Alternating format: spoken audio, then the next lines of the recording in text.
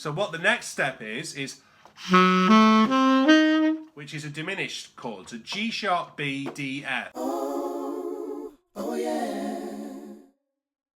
Oh, oh yeah.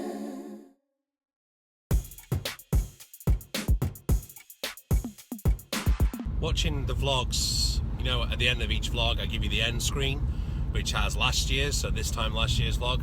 I had kind of a nice trendy beard this time last year, so decided to try and see if I can grow it back out again. We'll see what happens. Anyway, flying around like a madman today. I am on the way to teach this Guildhall jazz group, advanced jazz group. We have a concert for them next week, which means I've kind of got to go through all that.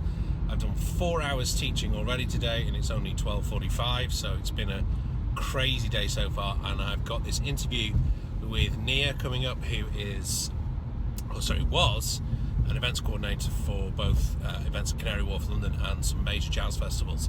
So I've had some fantastic questions in via Twitter and via email. So I'll be I won't be answering them, she'll be answering them, I hope.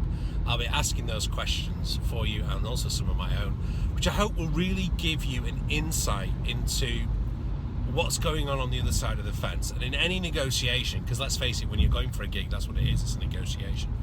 In any negotiation, it always helps to understand what the other side wants.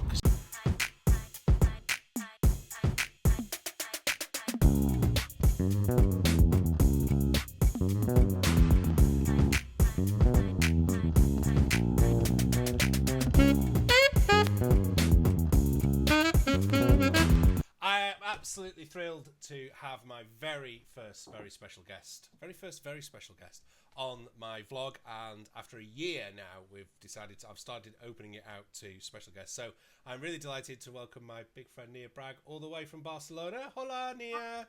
Hi there, how are you? I'm fine, thank you. You good? Yeah, not bad at all. The sun is shining, everything is well. I was going to say, I bet the sun's shining in Barcelona. Unfortunately, it's raining again in Cambridge today, but there we go, ha ha and all that. I've got a question in from James, who's one of my vlog subscribers. He was asking kind of what's the first thing that sort of happened when you were organising jazz festivals and you sort of sat down. I mean, I think if I'm right, it would tended to be in the summer, didn't they, Southport? Was it May first and they moved later in the year? So kind of thinking, how far back were you kind of thinking?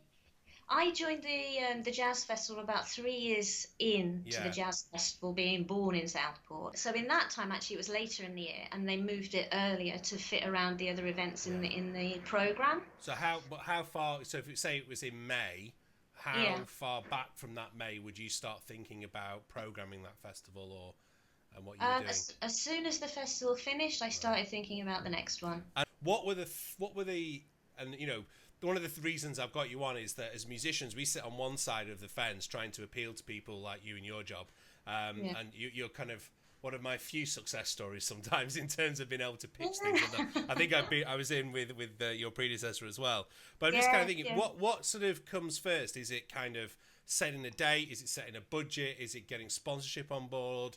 What are the kind of first things you have to do as an event organizer before you can even move forward onto booking bands and things like that? Well, I mean, I can only speak from the perspective of local authority organisation.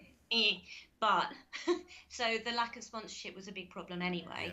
With that, there was an allocation of money for the events team, and then that money was then allocated to the different projects. So and in those first days we had some European funding. So when I inherited the jazz festival, there was a substantial budget to program, and as with everything, every year it was less and less and less and less and less money that they said, okay, and this year you have to do it for 20% less than last year.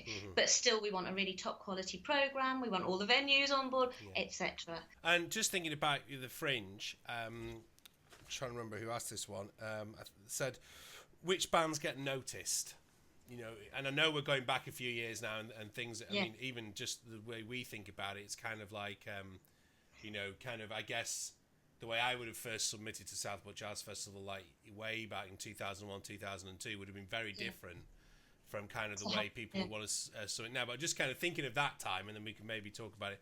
I mean, was it emails? Was it paper? Was it Facebook presence, or I guess back then MySpace presence? What were the things that would get a band noticed to you? For me, for the Fringe, I inherited thousands of CDs when I went into the job Yeah. because that was the way to do it. We got CDs in the post every day. Yeah. And for me, it was really important to listen to every single one of them. Not all the way through, but it's important to listen to every artist because you know your audience. Yeah. You know, that's where in Southport, we weren't a highbrow, we didn't have a huge budget to spend on, enormous names and bringing people from America, etc. So you have to know your audience first. And then I would listen to all the CDs that came in. Also, because I enjoy music and passionate about music anyway, if I was out and about in Liverpool, which, as you know yourself, is a great place for live music, I would speak to people. If I was out somewhere listening to live music and I thought they would fit in with the idea of the festival, I'd speak to them after the gig. Trying to think of don'ts really for people watching this. What shouldn't you do? What are the things that you just go, you're not getting in this time, or not my cup of tea? I think I can be honest with you, Dan. A bit of a crappy attitude. Yes, definitely. I've spoken a lot about that. Yeah, no, I think when people have that kind of, don't you know who we are? Well, no, I don't actually, because I'm in a town in the north of Liverpool. Yeah. And I've just received your CD. And actually, what's positive, I would say, is following up. Mm-hmm. So turning the negative into a different perspective and always looking on the bright side. Yeah. The negative thing I would say is don't send a CD and then never follow it up. What was the best thing about doing the jazz festivals? For me, it's the camaraderie, because over the years that I did it, you do build up really quite intense relationships with the artists that you work with regularly, and it's really exciting to discover new artists as well. I say not new artists, but new artists to the festival. Yeah. It's really exciting when you have that gut instinct and you get that tingle and you think, oh my God, these guys will go down really well. And then in the festival, they do go down really well. The audience love them and they go, wow, we want to know where they're playing again. They follow them to the different venues during the festival. Then they'll drive down to London to see them. And that was actually one of the really exciting things for me. When you were sat back in your office 10, 13 years ago, when you just left school, obviously. Too kind, Dan. What was the one thing, going through everything, you wish that you could have told the musicians that maybe you couldn't at the time? If there was one piece of advice you'd say to them, look, please do this, or please don't do this, to make my job as an organizer easier, what would it have been? I think you're right. I think the follow-up for us, build relationships, because it is hugely about that as well. It's important to maintain a good relationship, or start a good relationship, maintain a good relationship. So you as an artist, it's number one. And second after that is to develop relationships and develop your relationship skills. Yeah. Because if you get somebody on board and they love working with you, they will, in turn, pass your details on to other people in the same industry, and that starts a chain of events. And it's not always it's not always being technically brilliant that gets you the gig. There's kind of having a personality and being able to interact with your audience, which makes such an impression on people. Yeah, definitely. I mean, those were the artists from the Fringe that actually did enormously well. With the people who, when they took the break after the first set, would chat with the people in the bar, and they loved it, and they would sign beer mats for them, and it's that kind of nice vibe and the way that you are with your audience that as well as the organizational team, that really goes a long way. Nia, thank you so much. You've been absolutely amazing. It's been Thank so you lovely too. to talk to you. Yeah, you too. Okay, have a great time, and I will see you very soon. Bye. Bye. Thanks. Bye. Bye. Oh, look at that. Thank you, Amy and Charlie. Thank you. So this was what I was messing around with before. The kids have got me an early birthday present.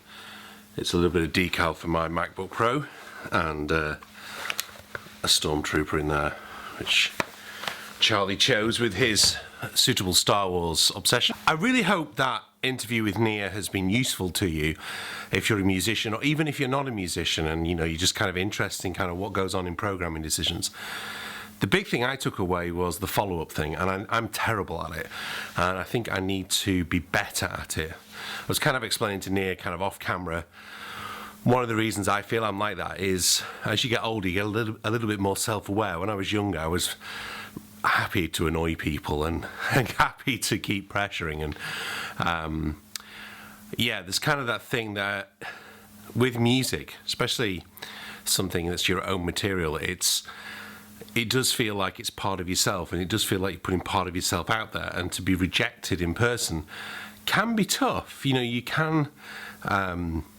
it's certainly nicer to have other ideas rejected. Certainly I don't feel that compulsion when some sort of social media ideas are rejected by clients and things like that. Sometimes with teaching, yes, because I kind of think, look, I'm trying to help you the best I can here, but certainly not as personally maybe as people can take their own music, because if it's really good music, it really comes from in here.